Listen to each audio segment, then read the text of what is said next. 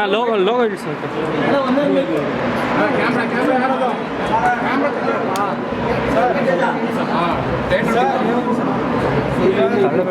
ಮೀಡಿಯಾದವರು ಈ ಸಿನಿಮಾಗೆ ಫಸ್ಟ್ ತುಂಬ ಸಪೋರ್ಟ್ ಮಾಡಿದ್ದೀರಾ.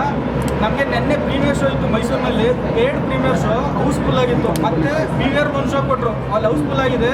ಇನ್ನೊಂದು ಶೋ ಇರಲಿಲ್ಲ, ಅಲ್ಲೂ ಹೌಸ್ಫುಲ್ ಆಗಿ ಜಸ್ಟ್ ಪಾಸ್ ಸಿನಿಮಾದು ತುಂಬ ಪಾಸಿಟಿವ್ ಆಗಿ ಎಲ್ಲ ಕಡೆ ಒಂದು ರೆಸ್ಪಾನ್ಸ್ ಇದೆ.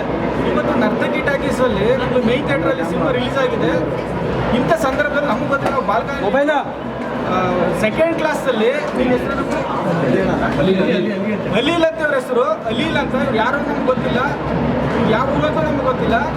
40 ನಿಮಿಷದ ಮೇಲೆ ಪಿಕ್ಚರ್ ಶೂಟ್ ಮಾಡಿದ್ದಾರೆ. ಅದನ್ನು ಕೆಳಗಡೆ ಯಾರೋ ಒಬ್ಬರು ಆಡಿಯನ್ಸ್ ನೋಡಿ ಶೂಟ್ ಮಾಡ್ತಿರೋದನ್ನ ಹಿಡಿದು ರೆಕಾರ್ಡ್ ಇದೆಯಾ ಒಂದು ಮೊಬೈಲ್ ರೆಕಾರ್ಡ್ ಆಗಿರೋದನ್ನ ತೋರಿಸಿದ್ರು.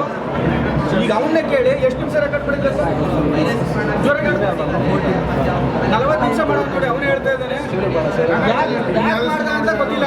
ಈ ಥರ ಚೆನ್ನಾಗಿರೋ ಸಿನಿಮಾಗಳನ್ನ ಬೆಳಿಗ್ಗೆ ಸಿನಿಮಾ ರಿಲೀಸ್ ಆದ ತಕ್ಷಣವೇ ಮೊಬೈಲ್ಗಳಿಗೆ ಈ ಥರ ರೆಕಾರ್ಡ್ ಮಾಡಿ ಸಿನಿಮಾಗಳನ್ನ ಬಿಟ್ಟರೆ ಸಿನಿಮಾಗಳಿಗೆ ಜನ ಥಿಯೇಟರ್ ಬಂದು ಹೆಂಗೆ ನೋಡ್ತಾರೆ? ಪ್ರೊಡ್ಯೂಸರ್ಗಳು, ಟೀಮು ಎಲ್ಲ ನಮ್ಮ ಸಿನಿಮಾ ಅಂತಲ್ಲ, ಪ್ರತಿಯೊಂದು ಸಿನಿಮಾಗಳು ಒಂದು ಒಳ್ಳೆ ಸಿನಿಮಾ ಮಾಡಬೇಕು ಅಂತ ವರ್ಷಗಟ್ಟಲೆ ಕಷ್ಟಪಟ್ಟಿರ್ತೀವಿ, ಕೆಲಸ ಮಾಡಿರ್ತೀವಿ. ನೀವು 40 ನಿಮಿಷ ಕೂತ್ಕೊಂಡಲ್ಲಿ 50 ರೂಪಾಯಿ 100 ರೂಪಾಯಿ ಟಿಕೆಟ್ ತೊಗೊಂಡು ಫುಲ್ ರೆಕಾರ್ಡ್ ಮಾಡ್ಕೊಂಡು ಮೊಬೈಲಲ್ಲಿ ಎಲ್ಲ ಶೇರ್ ಮಾಡಿದ್ರೆ ಅದು ನಮ್ಮ ಕನ್ನಡ ಸಿನಿಮಾಗಳು ಚೆನ್ನಾಗಿರೋ ಸಿನಿಮಾಗಳನ್ನ ಜನ ಥಿಯೇಟ್ರಿಗೆ ಬಂದು ನೋಡೋದು ಕಡಿಮೆ ಆಗೋದಕ್ಕೆ ಈ ಥರ ಫ್ರಾಡ್ಗಳೇ ಮುಖ್ಯ ಕಾರಣ ಆಗೋದು. ಅದರಿಂದ ಇವನ್ನ ನಾವೀಗ ಪೊಲೀಸ್ನವ್ರಿಗೆ ಹ್ಯಾಂಡ್ ಓವರ್ ಮಾಡ್ತೀವಿ. ಅದು ಪೊಲೀಸ್ನಲ್ಲಿ ಇವನು ಏನು ಹೇಳ್ತಾನೋ ಅದನ್ನು ತನಿಖೆ ಆಗಲಿ. ಮತ್ತು ಇದನ್ನು ಏನಕ್ಕೋಸ್ಕರ ಮಾಡ್ದ ಅಂತ ನಮ್ಗೆ ಗೊತ್ತಾಗ್ತಿಲ್ಲ, ಯಾಕೆ ಮಾಡ್ದೆ ಅಂತ ಅವ್ನು ಹೇಳ್ತಾ ಇಲ್ಲ.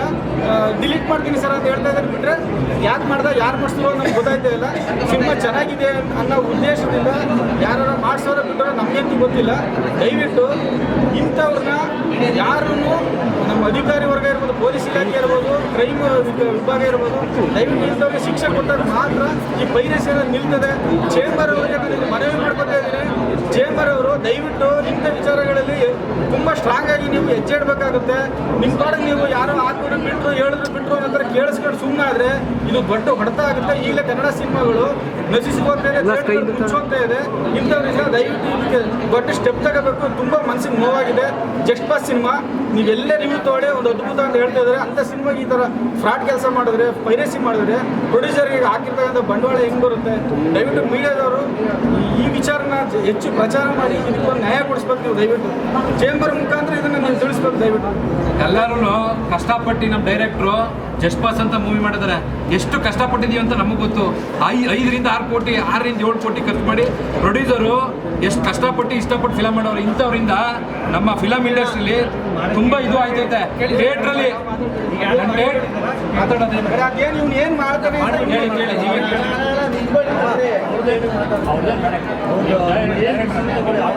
ನಾವೇನು ಅಂದ್ರೆ ಬ್ರದರ್ ನಾವೇನು ಅಂದ್ರೆ ನಾನೇನು ಮನವಿ ಮಾಡ್ತೀನಿ ಅಂದ್ರೆ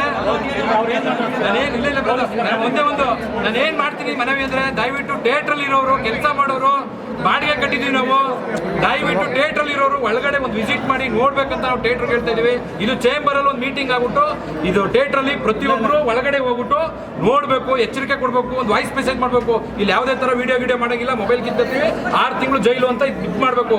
ದಯವಿಟ್ಟು ಇದು ಮನವಿ. ಜಸ್ಟ್ ಪಾಸ್ಗೆ ಆಗ್ತದವ್ರೆ ಇದೇನೋ ಮಾಡ್ತಿರೋದು ಇವ್ರು ಹೇಳ್ಕೊಟ್ಟು ಹಿಂದಿಯವ್ರನ್ನ ಕನ್ನಡದವ್ರದೇ ಬಾಯಿ ಬಿಡ್ತಾರೆ ಅಂತೇಳಿ ನಮ್ಮ ಜಸ್ಟ್ ಪಾಸ್ ಸಿನಿಮಾ ಓಡಬಾರ್ದು ಅದು ಇದು ಅಂತ ಯಾವತ್ತಿದ್ರು ಗೆಲ್ಲ ಸಿನಿಮಾನ ಯಾರ ಕೈಲೂ ತಡೆದಿರ್ಸಕ್ಕಾಗಲ್ಲ. ಜಸ್ಟ್ ಪಾಸ್ ಹಿಟ್ಟಾಗೆ ಆಗುತ್ತೆ, ಕನ್ನಡ ಜನತೆ ನೋಡ್ತಾರೆ. ನೀವು ಹಿಡಿದು ಈಗ ಪೊಲೀಸ್ಗೆ ಹಾಕ್ತೀವಿ. Okay thank you. SS TV cinema ಜಗತ್ತಿನ ಕ್ಷಣ ಕ್ಷಣದ ಸುದ್ದಿಯೊಂದಿಗೆ.